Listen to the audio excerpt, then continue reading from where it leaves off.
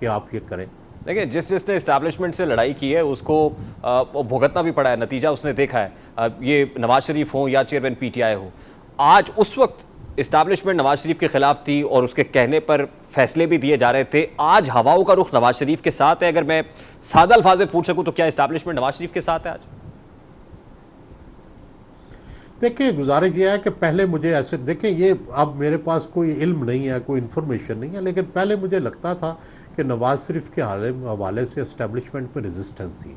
लेकिन अब नून ने ये कन्वे कर दिया है कि अगला वज़ीर आज़म का उम्मीदवार जो है वो नवाज शरीफ होंगे, और वो कुछ अरसे के लिए ज़रूर वज़ीर आज़म रहेंगे। उसके बाद चाहे वो इक़्तिदार जो है अपने भाई को दे दें, और उस वक़्त वज़ीर आला की जो अगली उम्मीदवार हैं वो मरीम, वज़ीर आला पंजाब की उम्मीदवार जो हैं वो मरीम नवाज़ हैं, और नवाज शरीफ आएंगे, इलेक्शन लड़ेंगे और वो ख़ुद वज़ीर आज़म बनेंगे। वो चाहते हैं कि मेरी विंडिकेशन हो, और मेरा ख्याल है कि ये बात जो है ये इस्टेब्लिशमेंट को भी कन्वे हो गई है कि अगर नून इक़्तिदार में आई तो वज़ीर आज़म जो हैं वो नवाज शरीफ होंगे। सर, ताकतवर हलकों को नवाज शरीफ काबिल कबूल हो गए हैं, ये बड़ी इंपॉर्टेंट बात है जो आप कर रहे हैं। मुझे ऐसे लगता है कि कोई ऑप्शन भी नहीं है, क्योंकि जहांगीर तरीन तो इतने पॉपुलर नहीं है कि वो पीटीआई का मुकाबला कर सकें। पीपल्स पार्टी की पंजाब में पोजीशन नहीं है, तो इस्टेब्लिशमेंट को भी जाहिर है वही कार्ड्स खेलने हैं जिन पे वो जीत सकें। तो इस वक्त अगर पीटीआई के मुकाबले में थोड़ा या ज़्यादा किसी का अगर वोट बैंक है पंजाब में, तो और ख़ासकर नॉर्थ पंजाब और सेंट्रल पंजाब में, तो वो नवाज शरीफ ही हैं, तो उन्हीं पे इन्हिसार करना पड़ेगा और कोई रास्ता भी नहीं। और नवाज शरीफ की वापसी में जो रुकावट एक हायल थी, वो रुकावट भी दूर हो गई है उनकी इस कबूलियत के साथ।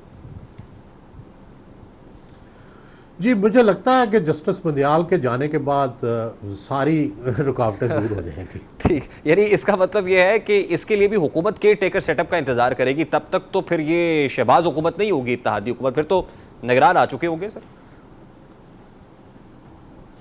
ये भी अभी मेरा ख्याल है ये फैसला होना है कि क्या निगरान लंबी मुद्दत के लिए आएंगे या ये हुकूमत लंबी मुद्दत के लिए जाएगी। देखिए, इस हुकूमत के पास ये चॉइस मौजूद है कि 1 साल के लिए अपने आप को लंबा कर ले, फाइनेंशियल एमरजेंसी के नाम पे या किसी एमरजेंसी के नाम पे। लेकिन इसमें भी ज़ाहिर है एक सियासी मुश्किल होगी कि IMF की जब आप शराइत पूरी करेंगे तो उससे आप अनपॉपुलर भी होंगे, आपको महंगाई का मज़ीद सामना भी करना पड़ सकता है।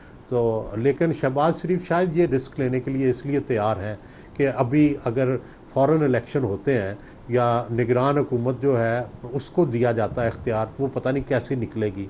इनको ये भी डर है पीपल्स पार्टी को और नून को कि कोई ऐसी निगरान हुकूमत ना आ जाए जो इनके ख़िलाफ़ ही चलना शुरू हो जाए और बिल्कुल इस्टेब्लिशमेंट की टूल बन जाए। वो चाहते हैं कि ऐसी निगरान हुकूमत आए जो उनके सिंपैथेटिक भी हो और इस्टेब्लिशमेंट भी उसको सपोर्ट करे। तो अब क्या ये ऐसा हो सकेगा, ये देखने को बाद। तो सिल्वर साहब, अभी तक ये फैसले नहीं हुए, क्योंकि इतला तो ये थी कि दुबई में मुलाकातें जो हो रही है इन्हीं फैसलों के लिए हो रही हैं कि इलेक्शन फ्रेमवर्क क्या होगा, आने वाली हुकूमत की साख्त कैसी होगी, उसमें कौन होगा। ये बिला नतीजा ख़त्म हो गई वो मुलाकातें जो दुबई में हो रही थी। मेरा ख्याल है इस पे इब्तदाई बातचीत तो हुई है, लेकिन मेरा ख्याल है कोई फैसले नहीं हुए। एक तो यह है कि वज़ीर आज़म निगरान का फ़ैसला करना बड़ा मुश्किल है। निगरान वज़ीर आज़म के लिए उन्हें एक नया मोहसिन नकवी चाहिए और कोई मोहसिन नकवी है नहीं। तो देखें, जो बाकी नाम है, गौहर एजाज साहब बिजनेसमैन हैं, वो क्यों रिस्क लेंगे कि एक पार्टीज़न बन जाएं जिसको फ़ौरन पीटीआई जो है वो सिबो शतम करेगी और उसके ख़िलाफ़ प्रोपेगेंडा करेगी। तो ये कोई दलेर आदमी चाहिए जो है जिससे इस्टेब्लिशमेंट भी खुश हो, जिससे सियासी पार्टियाँ भी खुश हों। तो ऐसा लीडर चाहिए। ये फैसला इस्टेब्लिशमेंट करेगी फिर ऐसे नाम का, या पीपल्स पार्टी और PMLN की भी से होगी उसमें? मेरा ख्याल है मिलजुल के होगा।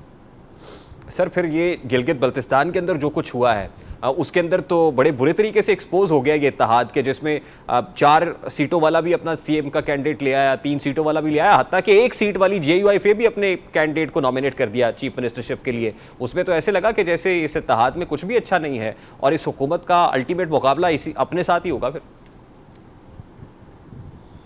जी, मेरा ख्याल है कि इलेक्शन तो ये इकट्ठे नहीं लड़ेंगे, लेकिन इलेक्शन के बाद फिर इकट्ठे हो जाएंगे, क्योंकि इनके पास जो है वो और कोई रास्ता नहीं है। जितनी देर तक PTI मौजूद है उतनी देर तक इनका इत्तेहाद टूटता बनता रहेगा। लेकिन इनके मफादात एक हैं, चूँकि पीटीआई के ख़िलाफ़ हैं ये सारे, तो इसलिए इस इत्तेहाद में रहेंगे। हुकूमत में रहना है तो इकट्ठे रहेंगे। अब मेरा बड़ा सादा सा सवाल है, आपने कहा था कि पार्टी नहीं चलेगी चेयरमैन पीटीआई के दौर में, ये पार्टी जो इस वक्त है ये चलती हुई दिखाई दे रही है आपको?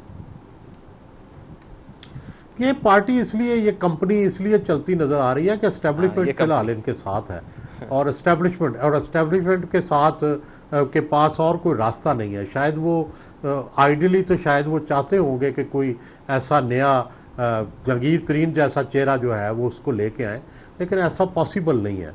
तो चूँकि ऐसा पॉसिबल नहीं है, इसलिए उन्हें नवाज शरीफ को कबूल करना पड़ेगा। Sir towards the end lastly Tehreek Insaf का या चेयरमैन पीटीआई का तो सफाया हो गया है, अल्टीमेटली इस इत्तेहादी हुकूमत को आप अपने आप से ही लड़ता हुआ देख रहे हैं, मतलब मुस्तकबिल करीब में भी और फिर मुस्तकबिल बईद में भी? नहीं, मेरा नहीं ख्याल कि अभी पीटीआई का खात्मा हुआ है। अभी उनका वोट बैंक मौजूद है, और जितनी देर वोट बैंक मौजूद है उतनी देर तक पीडीएम जो है वो लड़ने के बावजूद भी इकट्ठी रहेगी। और इस्तेहकाम पाकिस्तान पार्टी का क्या फ्यूचर है सर? क्या वो किसी से एडजस्ट होगी, या वो भी आजकल तो कह रहे हैं कि तने तन्हाई हम अपने अलहदा सियासी शनाख्त के साथ आएंगे?